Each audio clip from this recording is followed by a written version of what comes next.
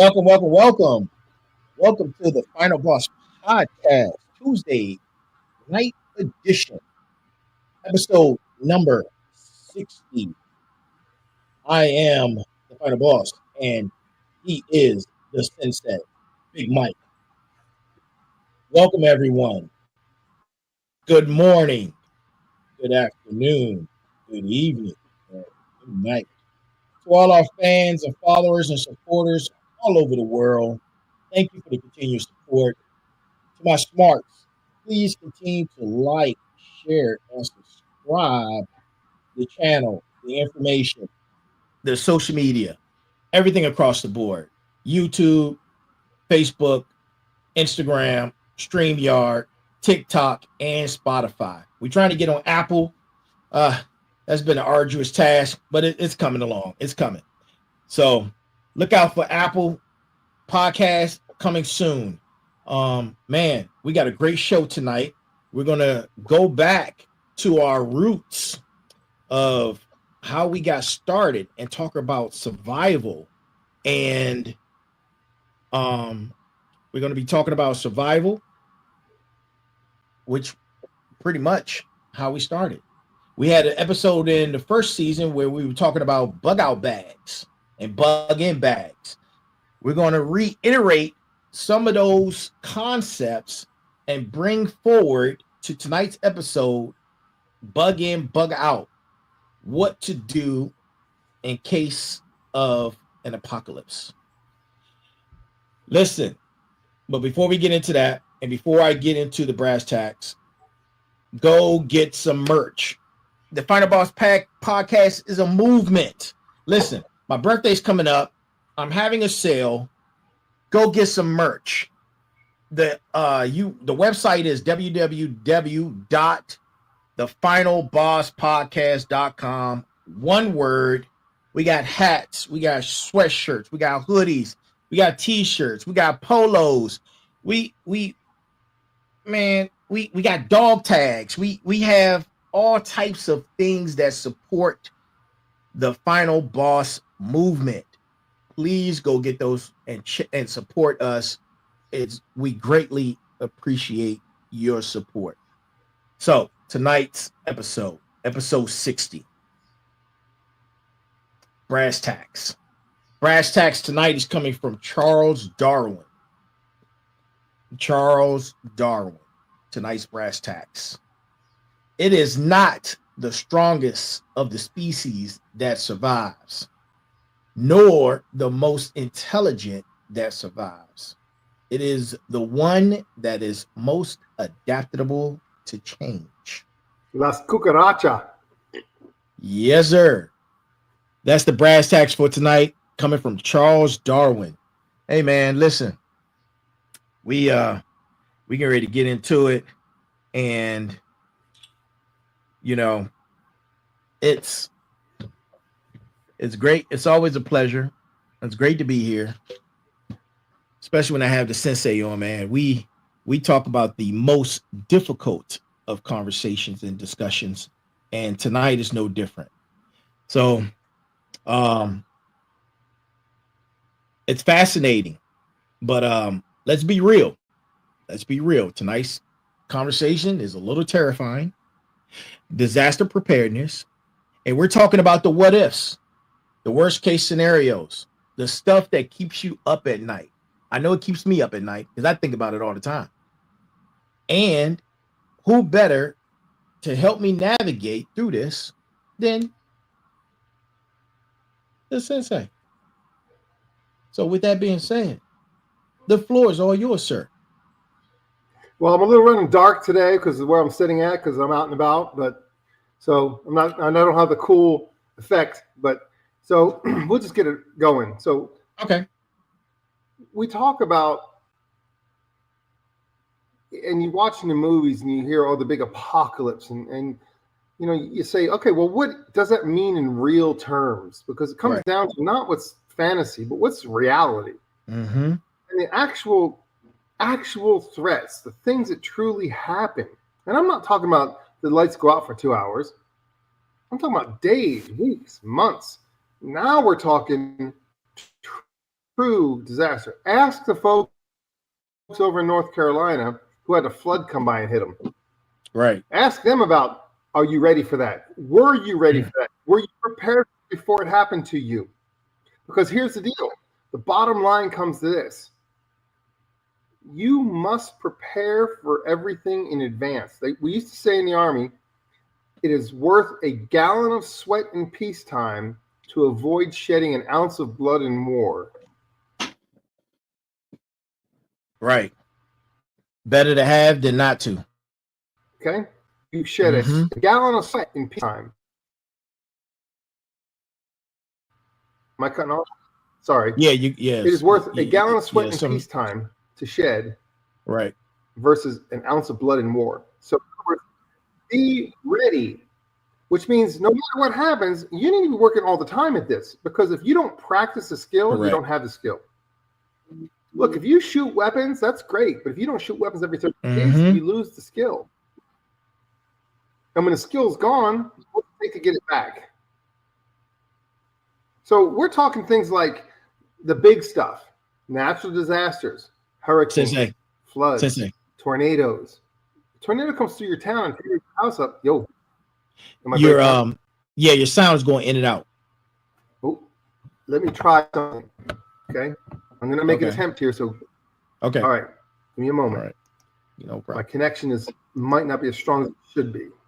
Okay, so I'm coming right back to you. Hang on, I'm gonna give it a shot. Let's see.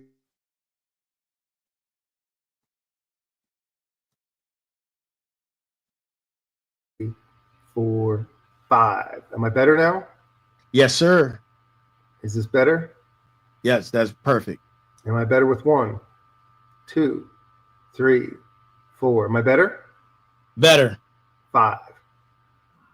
Better. All right. Better. Yep. I had to change my connection. Sorry about that. I'm not in the home front with my gig by gig. Oh, I hear you perfect. I'm not in my home front where I have my gig by gig connection where that I'm smoking it. So, I'm sitting out on the road, and when I'm on the road, things are a little different. Right. So, and that's a perfect example of what happens when you lose connectivity, right? You lose connectivity in today's world, it seems like it's a disaster. So we have to look at what's happening here. Are you prepared for something that happens that's going to last more than a couple days? Right. And I don't care where you live in the world, you better be prepared for that. And so once you start to think about that, okay, this is what I should have for that event. Now, there's resources available for everyone to understand and know what they should have. But the resources are checklists. So you need to make a checklist, have a spreadsheet. You have what's a bug out bag. That's if your house catches fire and you have to leave your house. That's a bug out bag situation. Right. Okay? You got to leave. You got to go somewhere else. So you better take with you certain things. Then there's a bug in situation where you're going to be hunkered down at home. And a perfect example that occurred in our lifetime that we understand that during COVID, we were hunkered down in our homes for how long before we were even ready to go out in the world? Right. So you have to have bug out capability, but you better also have bug in capability. And so you start making checklists, and I'm telling you, the checklists are your lifeblood when it comes to this stuff, because you don't forget anything when it's on the list. So if you have to bug out, number one, how much can you carry? How big can your bag be? My bag can be 70 pounds. Your bag might be able to be 30 pounds. I can carry twice the amount of stuff with me than you. So my bug out bag looks way different than yours. Right. My bug out bag is going to have a lot more ammunition in it than yours is. Absolutely. Because if you have to go somewhere else, what's the problem? How do you get there? You think if things are going really bad and you have to go somewhere, you're going to get there safely with just like a normal commute? Right. No, there's going to be people on the way to take what you have. So you better be prepared to defend the tiny little bit you can carry with you, Mm-hmm. it's going to be gone. And guess what's going to be gone with it? Your life is going to be gone Your with life. it. Absolutely. So you better understand that part of the process is to not only have a bug out bag if you have to leave your home, but when the disaster happens, it's too late. Mm-hmm. You need to be bugging out a day or two before it happens so that you can bug in your bug out location. Right. So let's say that we know that a flood is going to come, or we know that big hurricanes are coming, and you say, I'm going to hunker down and ride it out. You operate a whole different way than if you said, I have a place that's in high ground, I'm going to the high ground. Mm-hmm. Totally different mentality. Right. If you have the resources to have a bug out place, that place would be away from where you live and have all the resources there you need to ride out the storm. Mm-hmm. But you just have to get there. Correct. Don't wait until it's too late. Don't wait until the tornado's right at your doorstep to be leaving. If you're going to leave, leave in advance. Leave early, leave quickly. If you're going to ride it out, you better have prepared to ride it out. What's your number one thing you must have in any bad situation? The only thing that makes humans stay alive in the short term, midterm, the one thing you must have is you must have potable, drinkable water. Water. Mm-hmm. I don't care what else you have. That is your number one in the world is water. Absolutely. So in your bug out bag, you better have water purification devices, which they sell them in Walmart, for God's sake. Right. Some water purification straws, and then they have the next larger ones, which are handheld pumps, and then you have larger than that. You see what's happening, right? Depending on how long you're going to be, how big does your water purification have to be? Right. And if I'm going to a bug out location, I'm hoping and praying that you're on well water. You see, you don't want to be on city water when things go bad. They're going to shut the water off. Right. Look at what happened during the fires through LA. They shut off the water. So you're thinking, oh, I can defend my property and protect it from a fire. But when you go to turn the faucet on, there's no water. You're screwed. Right. So you see what happens? So you have to be prepared for that. So this is why you have things like a pool in your backyard. I've got 20,000 gallons of water sitting outside my house. I can use that water any way I want. 20,000 gallons of my pool. Right. I can flush my toilets with it. I can use it to wash dishes and clothes. I can do anything I want with my pool water. That's mine. I also have my own well, so I can pump my own water by turning on my generator. I have the ability of self-sustaining. I would never bug out. I will only bug in. Bug in is different because it is my position that I'm at, is my home defensible? Can I protect my home? And you say, well, what do you mean? Why do I have to protect my home? We've got law enforcement. We've got police. No, you don't. No, you don't. When things are bad, you're worried about, think about a hurricane. And think about what happened in Louisiana and Florida and all these places that get subject to hurricanes. What happens? There's no power, no clean water. And what's the biggest thing that happens? Looting. So if I'm in my home hunkered down and people come to try to loot my home and steal what I have, I must be able to defend what I have. Absolutely. This is huge. This is not a small thing. So you must know, I have to know that I have two kinds of bugs, bug in and bug out. If I'm bugging out, I'm going somewhere else. It better have everything I need already there. And my biggest thing is get there. Now, Mike, you just brought up a valid point that I want to touch on real quick. You talked about something in reference to what I like to call the human element. The human element is the real wild card, right? Along with that, when a situation, a catastrophic situation may arise, such as the power grid going down or a 0-day attack, panic, misinformation, people fighting over the last can of whatever. Let's say The beans. water at Yeah. Walmart. When you go to buy Yeah. water at Walmart, and it's all gone. Right. Question. Toilet paper, for God's sake. Right. Exactly. Question for you. How do we even prepare for the psychological side of a major disaster? All right. The way you prepare for the psychological side is you have to already have in advance had your game plan in play and practice. Mm-hmm. It's practice. If I practice something 10,000 times, it's muscle memory. Absolutely. So if I know this situation occurs, I'm bugging out. Mm-hmm. If the next situation occurs, I'm bugging in. So the way you deal with the psychological part of it is you understand that I'm going to, when I bug in, I have key people. I can't bug in alone. Exactly. I can't stay awake 24/7. Correct. So I have to have a team or a pod. It's called a pod. A pod is 5.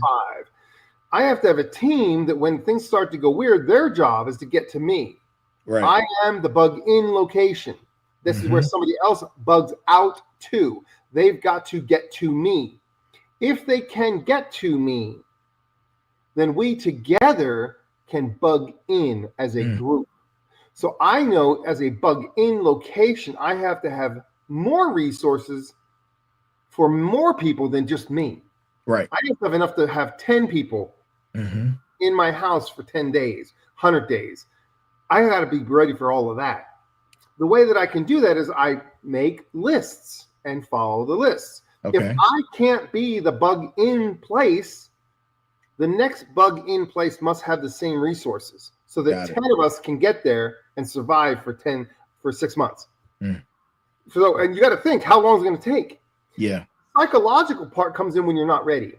Right. If I'm ready and it happens, I'm in my mode. You already have the mental preparedness in place. When we had 9/11 happen, I was at work, working in the corporate world. We were on the 6th floor, and 9/11 happened. I was at work, and I was so calm. And everyone looking around me is going, "Why are you so calm?" And I said, "Because my entire life I've been preparing for this moment." Right. So I know whatever happens, I'm ready. I practice every situation that can happen. So therefore, I'm ready. I prepared my whole life for this. So I'm like excited, not scared. This is how you deal with the psychological part. Right. Train and prepare for what's going to come, and you're never caught off guard. Train. We teach it in the military.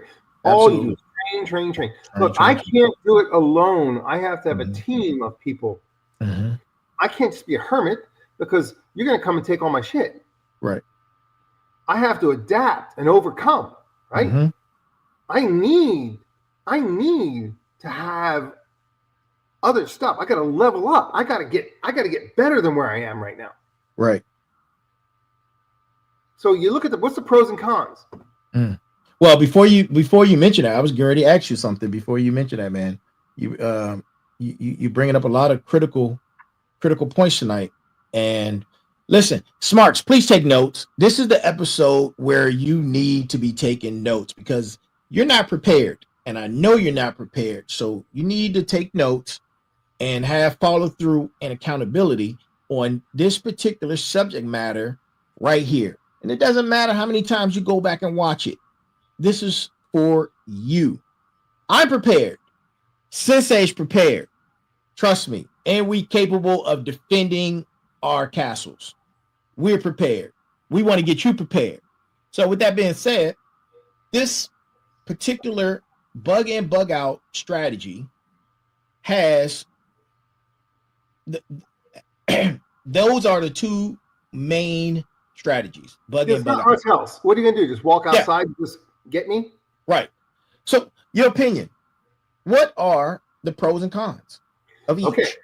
Here's the deal. It depends on where you are. So you have to look, where am I at right now? Right. Am I in a very populous area already, or am I in a place that's less populated? Less populated is better for you. more populated becomes difficult because the resources are scarcer over that many people. The stores don't keep enough stuff to keep people going for weeks and months. They run out in the first 10 minutes. Yeah. So you don't need to be going and running with everybody else to go get the last bottle of water. You've already had bottles of water at home. Already it's set up. Yep. Already set up. So preparation is everything. So now don't get me wrong. If you're going to go out in that world and go try and gather those resources that everybody else is, you can act like the rest of the sheep if you want to. But then you look like a sheep, which sometimes that has its own benefits. But now we're getting into subtleties that don't really matter in this conversation. The pros of bugging out. I already have a location. Somebody else has already done the bug in. Don't bug out to an empty cabin in the mountains. That's what everybody sees in the movies. Don't do that. That's stupid, because 100 other people are going to go to that same cabin and take it before you even get there. Bug out to a location that someone else has already created as a bug in, and they know you're coming. You become now part of their pod. They're expecting you. You show up, you get fed and watered, and you now go on guard duty. It's business time. But this is what happens. When you bug out, you better have escape routes. You better have different routes. How am I going to get there? Am I walking, driving, bicycle? What am I doing? How am I going to get where I go? What can I carry? I can carry a lot in my car that I can't carry when I'm on my back. So you have to think, do I have a long-term bug out location I try to get to, and I have a short-term 1 or 2 hops to get there? Now we're talking some planning and strategy. Absolutely. But you're better off being, if you live on the lowlands, which is close to the water, and I'm not talking just about the apocalypse, I'm talking about natural disasters, okay? Yeah. So it's not just the apocalypse horror movies. It is the natural disasters. I've got floods that are coming. We had rain that hit us for 12 inches of water in one day. Oh my God, the flooding that creates. How do you get from place to place?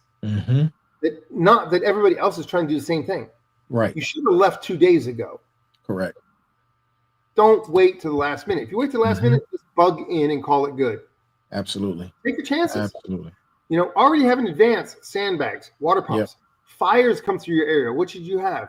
A water source and a pump that I can pump a sprinkler on my roof. What's that do for you? You say, well, what? That doesn't mean anything. Because what? It keeps the fire from burning your house down. When everybody around you is burned out and you're not, why is that? Because I had a sprinkler on my roof all the day long. And I had a pool of 20,000 gallons of water. My little pump was sitting there and my generator was running my pump. And guess what? My house stayed wet and I didn't burn out. You were ready. You were ready because you prepared for the problem.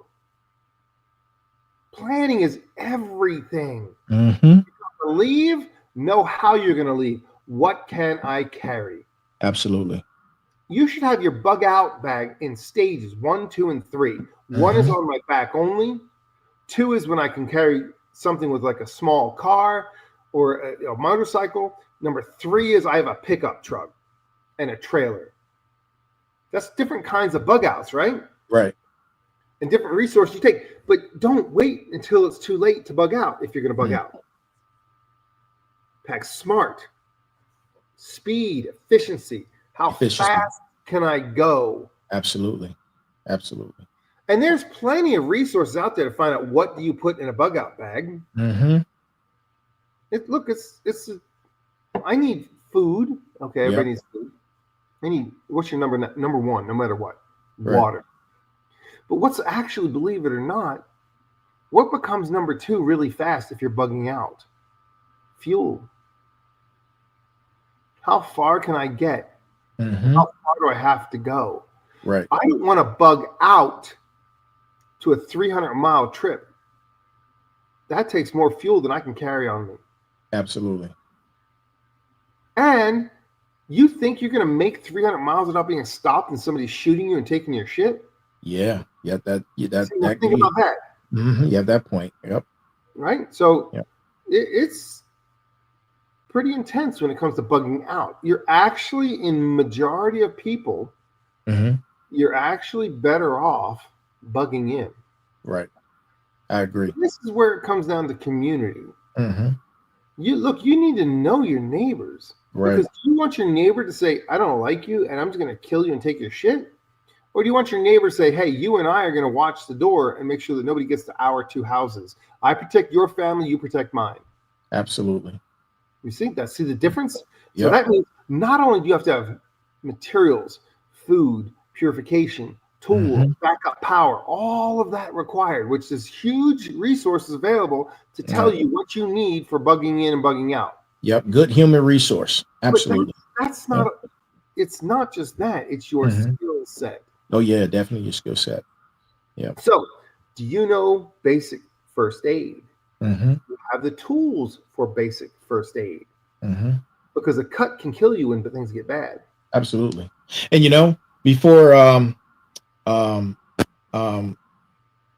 you just touched on something that I wanted to add on before you finish that statement.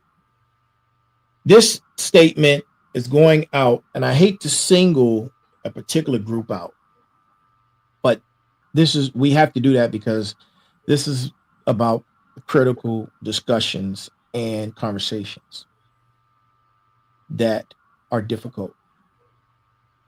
Single ladies, hear me out.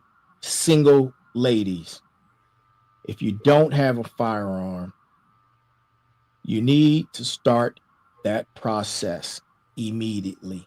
Start working on getting whatever your state allows you to have, your hand qualification license or whatever procedure you need to go through to purchase a firearm. You need how to use it. Yes, I was going to get to that point.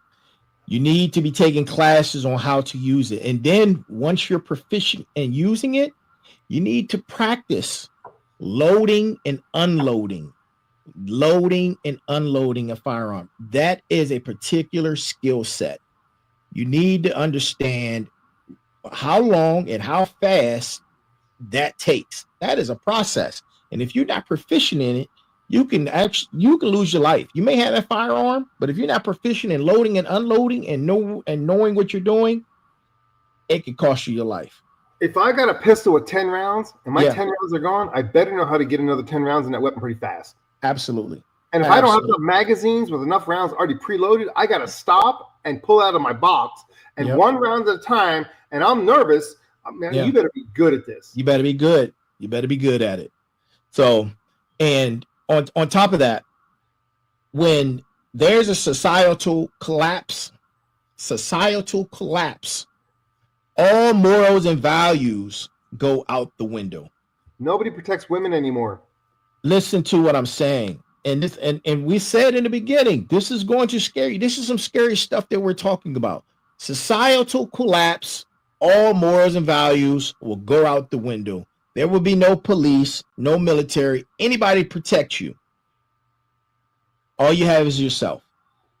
Trust me when I tell you this. So, moving on. So, we were just talking about bugging out, and the difference. So, bugging out means having a plan, having escape routes, having transportation. To go to. You better have a place to go to. Right. It has resources, people, everything you need. You might show up with bullet holes in you, and somebody has to be able to take the bullets out of you and put you back together. So you're going to have a place you go to that has medical resources also. So you think about it as, if I'm bugging out, I can't just go to a cabin in the woods, because when I get there, nobody can take the bullet out of me when I got shot getting there. Right. So let's talk about gear. Yeah. What's the difference? Let's talk about bug out bags versus bug in bags. What's the difference? What are the must-haves? In bug out bag, it is, what can I carry on me? Which means you need to have a bag you create, you load it, and guess what you need to do? You need to go for a walk. You need to go for a walk for 5 miles with that bag on your back. Can you do 5 miles with that bag on your back, or do you quit at 2 miles? If you quit at 2 miles, you know right now I can't carry that kind of weight for that kind of distance. Right. Okay? All right. So you need to load your bag and go for a walk, because if you're bugging out, your car is not going to be reliable. True. So you better be able to walk miles with your gear. Mm-hmm. And how do you know that you can walk miles with gear? You test walking miles with gear. With your gear, yeah. You practice it. Then I know I can do this. If things get bad and I've never tested myself, and I got 70 pounds in my bag, my huge bag where there's everything I could ever need in it, and I'm gonna bug out. I put that bag on my back, and 10 steps later, I'm like, oh shit. Now, am I ready for this? I have not prepared. Right. I have not gotten my shit together, and I don't even know my own physical limits. Correct. So that's why I said I'm the age now with the old gray hair and the beard. Guess where I'm doing? You think I'm bugging out and running? Oh shit! I am bugging in.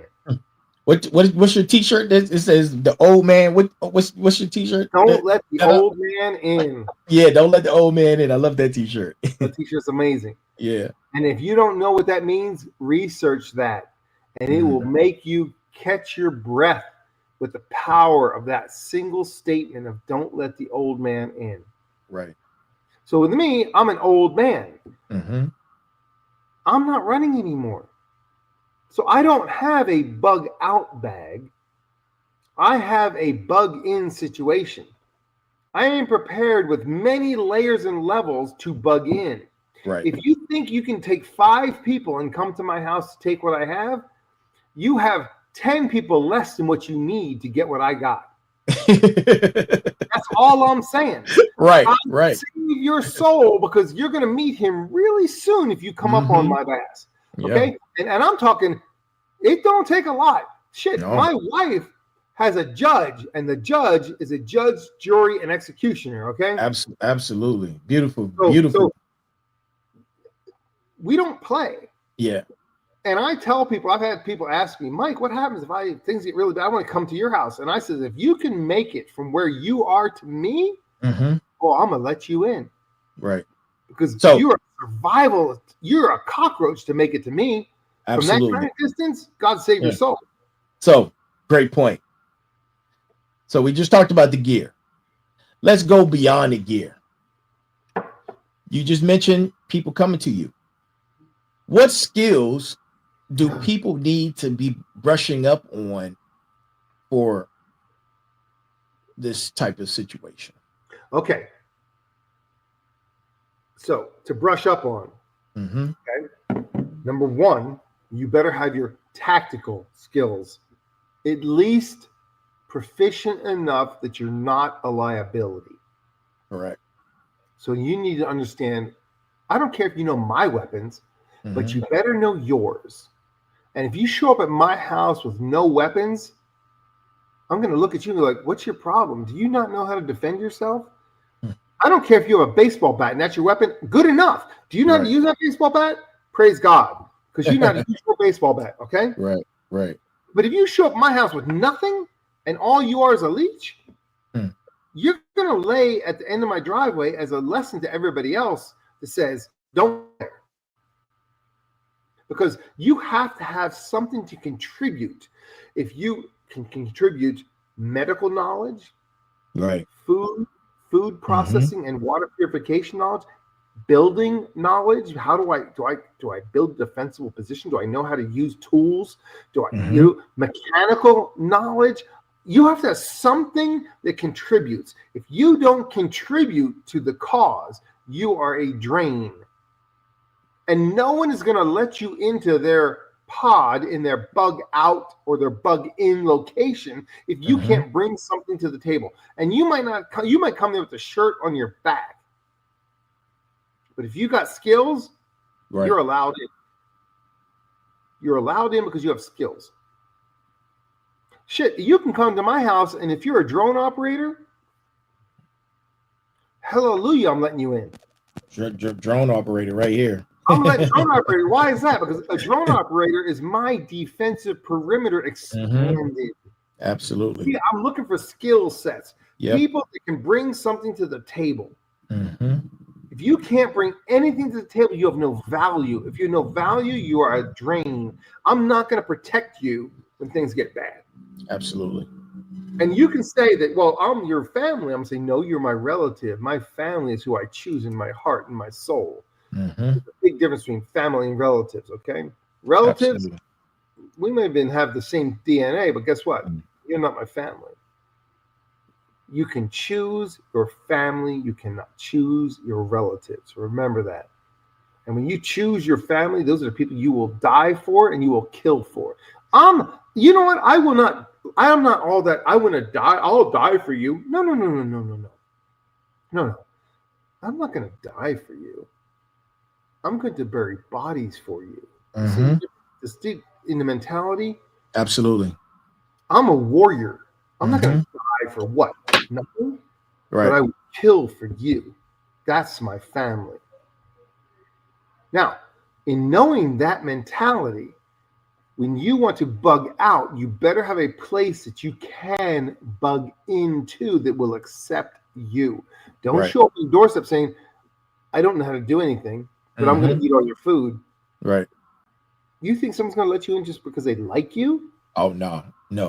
Because Hell what no. occurs is when things get bad, the entire perspective of the mentality changes. Absolutely. Instead of being in the hierarchy of thinking, instead of being up here, we become very close to down here. Mm-hmm. Survival is number one. Can you contribute to my survival? If you can, you're allowed in. If you cannot, you're not allowed in. Speaking of contributing, let's pivot. But Pivoting. we have something to do. It's about contributions, Mm-hmm. but it's bartering. Oh God, yes. Yeah, trading without money. How do you get we from one do place that to another with no effectively? cash on your hands? Right. Bartering is going to be the tool that matters, because when money is all digital, which that's coming, right? How do you create a transaction with somebody else that says, I have this, I can give you this if you give me something else? That's bartering. So you cannot barter with a block of gold. It's too valuable. Right. I can't barter a block of gold for some eggs. Oh my God, no. Mm-hmm. But I can barter a dime that says I'm 99% silver and I'm a little dime, and I'll trade with that dime for a couple of eggs. Right. But I can't take a bar of gold and trade. So you have to something of value. I will tell you, what is the most valuable thing when things get bad to trade? I'm going to say it straight up. Straight up. It isn't gold, it isn't silver. Ammunition. It is ammunition. Because everybody can have guns, but if you got no bullets, they're useless. Absolutely.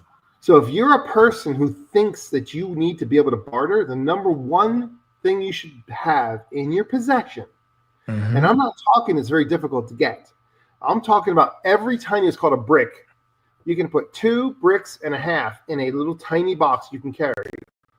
That's 1,500 rounds of 22 ammunition. Okay? You need to have, number one, 22 bullets, because they come in little tiny boxes, and I can trade a box of bullets for some eggs. Right. 22, you need to look at your calibers. Number one caliber, 22. Hands down.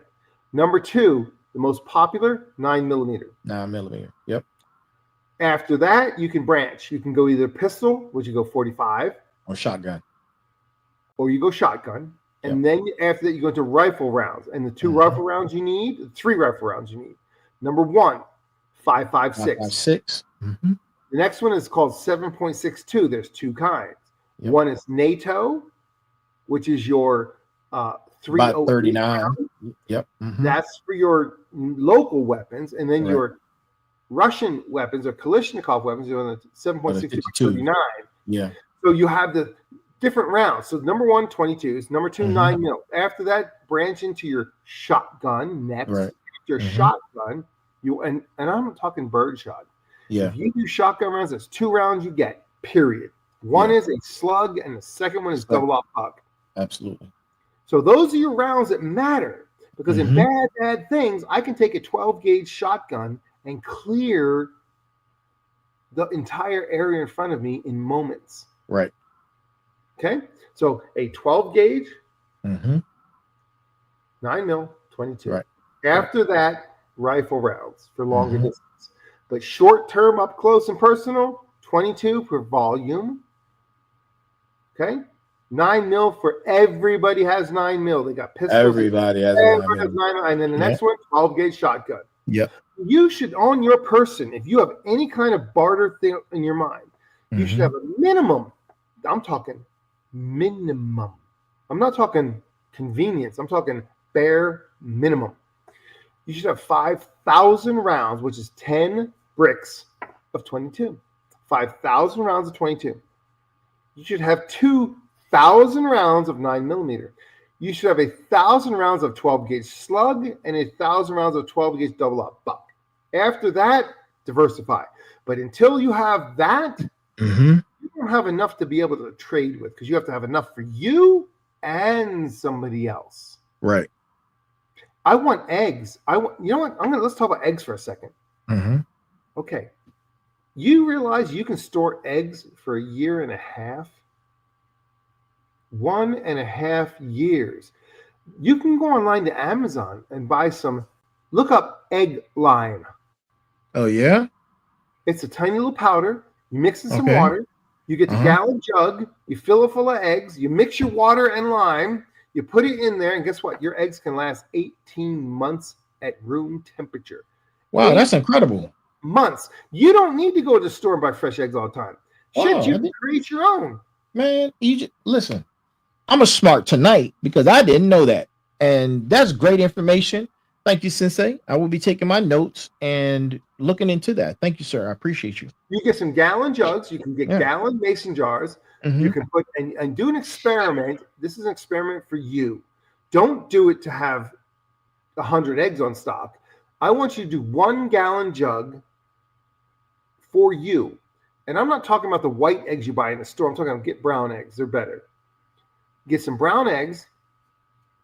Get your mixture. Look it up. Google how to eggs, water, storage, lime. And you mix it up with a percentage. You put the eggs in, and you pour the water over it, seal it. I want you to let it sit for 6 months or more, and then open it up and start using the eggs. Wow. Oh, and you only have to use the eggs as they come out of the water. If they're underwater, they're still good. Okay. Now, don't get me wrong. When I go to cook an egg right now out of the store, I crack the egg, and the yolk is all in one piece, and then there's the rest of the egg. Okay. Once you store them for long term, it breaks down into an actual just white and yellow comes together. But if I'm making scrambled eggs, do I give a shit? It doesn't matter. If I'm cooking with eggs, do I care? Right. And the beauty of that is 18 months of egg storage. And guess what? If you don't like that, you go to Walmart and you can buy a bag of dehydrated eggs. You add water to it and you have eggs. Great information, Mike. Great information. Just like that. Yeah. Because guess what you need to cook? You need to you should have in your in your house 100 pounds of sugar, 100 pounds of flour, you should have 20 pounds of eggs. You should have dehydrated butter. You follow where I'm going with this, right? Absolutely. You should have rice, 100 pounds of rice. If you can and I buy the little storage containers that they use for pet food, with the lids on them. I put my stuff in them, and you use it on a regular basis, but you still store it. What happens? I have hundreds of pounds of food that I can create meals out of with no effort. I don't have to go to the store. And it takes no storage space at all. You can put it in a little pantry. Absolutely. That's super awesome, man. Super awesome. So if you can do that, you have stuff you can trade with. If I can create at my house loaves of bread, you don't think I can trade those to other people who don't have anything to eat? Absolutely. Absolutely. You see? Yep. So go ahead. No, go ahead. No, did you finish your point? I have a person in my pod who can make food out of anything. Yes, you do. My queen, anything out of nothing. So guess what that is? A valuable resource. Absolutely. She can feed hundreds of people with nothing. Right. That skill set is so critical. All the skill sets. Let me deal with all the defense, the water gathering, the food gathering, the main big stuff. If you can feed many people up with nothing, your value is here. You are hugely valuable because you can then keep the pod alive. And drone operator, and I can shoot the wings off a fly. But let's go on. I'll tell you what, God bless drone operators. That's all I have to say. And if you don't know what that means, you need to go look that up. Absolutely. So we just talked God about bless defense. the drone operator. We talked about defense. We talked about bothering. Let's talk about situation awareness, de-escalation, and some basic self-defense, basic moves that are essential. Okay, I'm going to tell you something real simple when it comes to de-escalation. Okay. Bad guy comes up on me. I don't care what kind of bad guy it is. It doesn't matter. Someone comes upon me and they get like aggressive. So they come in here. Now, most people think you come in calmly to try to get, no, the moment you do this, they follow you up the hill. Oh, yeah. If they come in here, you don't come in here. Guess where you should come in at? When they escalate to here, guess where you are? Right. And guess what they're going to do? They're going to back off. Yeah. So when escalation occurs and somebody comes at you, you don't need to come at them calm and quiet. You need to come in there like, holy shit, this SOB is crazier than I could ever imagine to be. And God save my soul if I cross them. Right. Because I'm knucking futs is all I got to say about that. You cross that line, I'm going to come at you in ways you could never imagine. God save your soul. And if you think I'm not going to step on you and take you out before you have a chance to even look at me sideways, you're mistaken. So I'm not coming in here. Dude, I'm coming in so far above, you're not even going to think about escalation. You're going to be like, oh, I got to go. Right. That's how you de-escalate.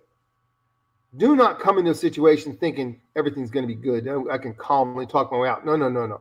You talked your way out 10 minutes before it happened. That's that situational awareness. You cannot train enough for situational awareness. Right. And it is a skill that is so difficult and so hard to achieve. It is probably one of the hardest skills to get and one of the easiest skills to lose is situational awareness. Yeah. And I'm not saying, you're paranoid. You might call me paranoid, but guess what? I'm aware of everything. When I walk into any place, I walk into a restaurant, I know where the X's are. 5 seconds that I know every exit. And I evaluate every person in the building to know what's it take for me to take them out. Yep. How do I take them, not just me, but the people with me out of there safely? Right. Every time I go in any public place that I'm already hyper aware of that. And you can say, well, you're just paranoid. You got problems in your head. No, I would rather be a warrior in a garden than a gardener in a war. Right. Think about that. I'm in control of me.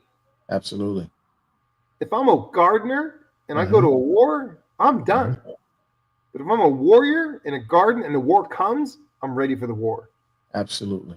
So you must train. It has to be second nature. You cannot think when something happens. It has to be muscle memory. Absolutely.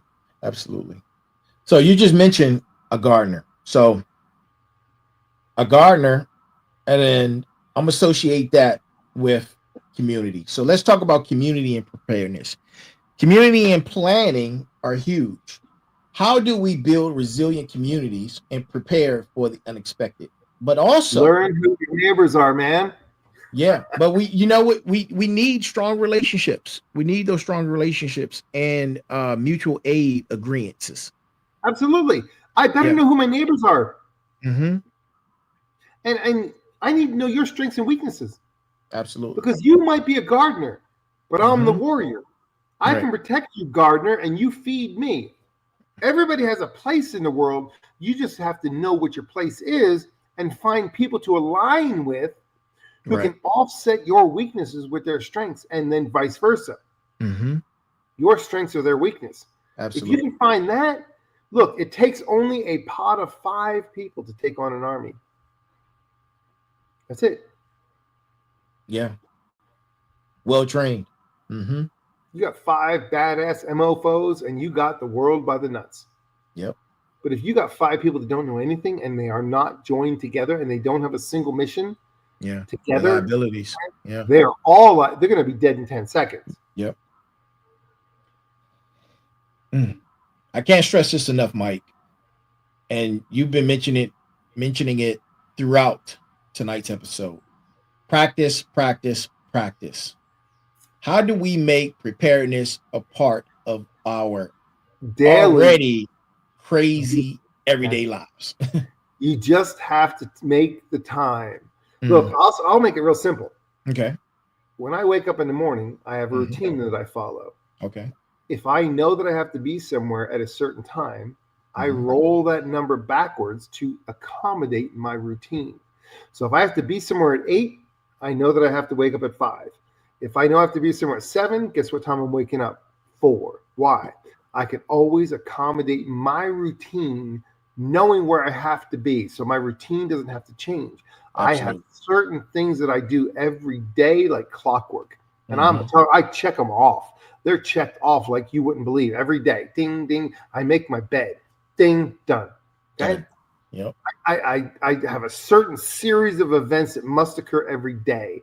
The routine creates for me muscle memory. Right.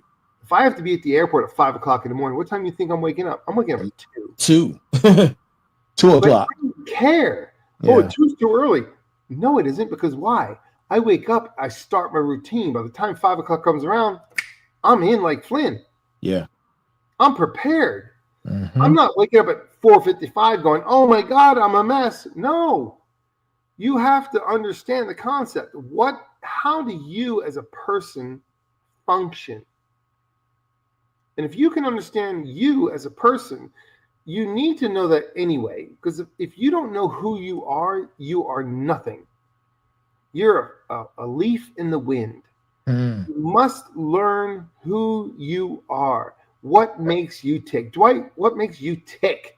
Absolutely. If you personally don't know that, how can I ever be a part of you? You must know who you are, just like I know who I am. I have to know my limits. What can I do? What can I not do? How much work can I do without falling apart? Right. Everything that goes along with I have to know intimately. Once you know who you are as a person, you can then begin to contribute to something that's bigger than you. But Absolutely. You cannot do it if you do not know who you are. And you say, where do I start in this mess? Number 1, center. You have to know, how do you think in bad situations? Are you a run away, freeze, or run towards person? I don't care if you're a runaway person. That's okay. Yeah. Know it, prepare for it. If I'm a freeze person, it says if something bad happens, a car catches fire in front of me and I just stop and I can't move, that's okay. Know your limitations. Absolutely. If you know who you are, you can contribute to the event no matter what it is. But you must train. I cannot say enough. Prepare, train, make lists, double check your lists, rotate your inventory and stock. Make sure that whatever you have is ready at any time. If I have a bug out bag, I don't let it sit for 10 years. I check my bug out bag on a regular, I unpack it, I repack it. Oh, that's too old. Get rid of that. Put a new one in. You get ready for what's going to happen so that when it happens, it's not a surprise. You don't care, and you follow the check boxes. Yeah. 1, 2, 3, go. 1, 2, 3, stop. You know what you're doing because you've prepared for it 1,000 times in advance. Do not sit there and be so hung up on watching football and NASCAR that you know nothing about what's going on around you. Correct. Focus on you and the people you care about. And not just that, I can be totally prepared, but if no one around me is ready, then I suck. Absolutely. So I need to also know that I need to get the other people around me to be in the same mindset, and what's called lockstep. Lockstep is when you and I think alike, act alike, and do alike. We are one, not two. Right.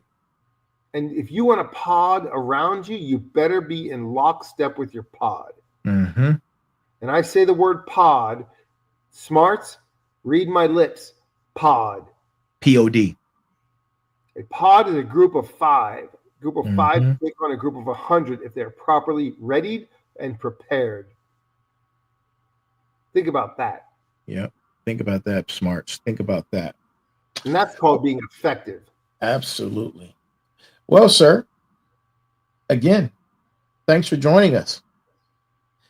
And to the smarts and those who are now joining us, thank you for joining us on this slightly unsettling, but hopefully helpful and insightful journey into the world of preparedness.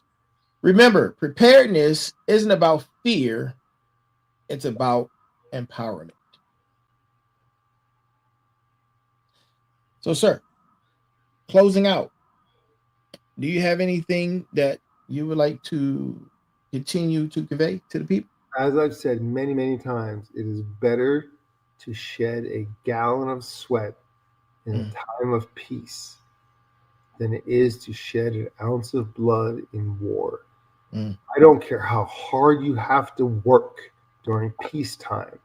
Prepare, train, get ready, because if something ever happens, you never want to shed an ounce of blood in war if it can be avoided by training. Absolutely. And it's not we're at a point where it's not a if, it's a when. It's a win. It's a And win. it's not a zombies come and get us. It can be that you live in an area where a flood, look at North Carolina for God's sake. Yeah. A flood comes in and wipes out the entire community. You better be ready for that. And how do you deal with that? Yep. Correct. Hawaii, when the flyers came through, how do you deal with the after effects of that? Correct. And it doesn't. All types of natural disasters. Tornadoes through Kentucky. Come on. 20 Yeah. people dead. Let's get real. It doesn't happen to just anywhere. It happens everywhere. Everywhere. And it happens continuously. And there's things that happen that are outside of your control. Absolutely. So all you can control is how do you respond to what's going to happen when it happens. That's it. That's it. So before we go, do you have any resources or references that you'd like to drop on the people to assist them in their preparedness? Shit, for God's sake, the CDC has a zombie apocalypse quote. Follow the goddamn CDC. If you don't do nothing else, go to the damn CDC. Everybody has it. It's out there. It's free knowledge. It is free knowledge. Prepare for a zombie apocalypse, and guess what? You're good for anything. Absolutely. Absolutely. Well, folks, that is our show for tonight. We would love for you to like, share, subscribe. Oh, you know what? Send us some stars, man. Look, we're not begging, but send stars. Send stars. Like, share, subscribe. Send stars. If you have any questions, any comments, or things that you think are relatable or you would like to be on the show, send us an email at info@thefinalbosspodcast. Also, join the movement. Go get you some merch. We have merch in the merch store. It has a lot of products out there. One of the things that I'm proud of is a collaboration with Under Armour. We have one of those Under Armour. It's an Under Armour collaboration with the Final Boss. And thank you. It's made out of that wicked sweat material. Listen, go grab that. But we have a lot of products out there for the Final Boss podcast movement and merch. What else? Show that you're smart. Yeah, show that you're smart. Show that you are a smart, because I know to be a smart. Absolutely. Somebody asks you, what's that mean? Then you can tell them. Yes. Spread the information. Don't hoard it to yourself. Knowledge is power. Don't gatekeep. That is correct. Do not be a damn gatekeeper. Spread knowledge. Knowledge is power. Power is life. Absolutely. Stay safe. Stay informed. Stay resourceful. Stay balanced. Stay equal. And stay smart. And that's our show for tonight. This is the Final Boss. That is Big Mike, the Sensei. And you just watched episode number 60. Stay tuned for coming this Thursday, episode number 61 with Nika Hudson. She's a wonderful entrepreneur, and she has a lot of insight on business. She's going to be bringing her business knowledge, which is a plethora of knowledge, to the Final Boss Show. And for my entrepreneurs out there, that is one that you do not want to miss. Very inspiring young lady. She will be here this Thursday, 9 p.m. at all the segments that I've already mentioned. So That's our show. We thank you guys. We love you always. Stay smart, be good, and be good to others. Have a good one.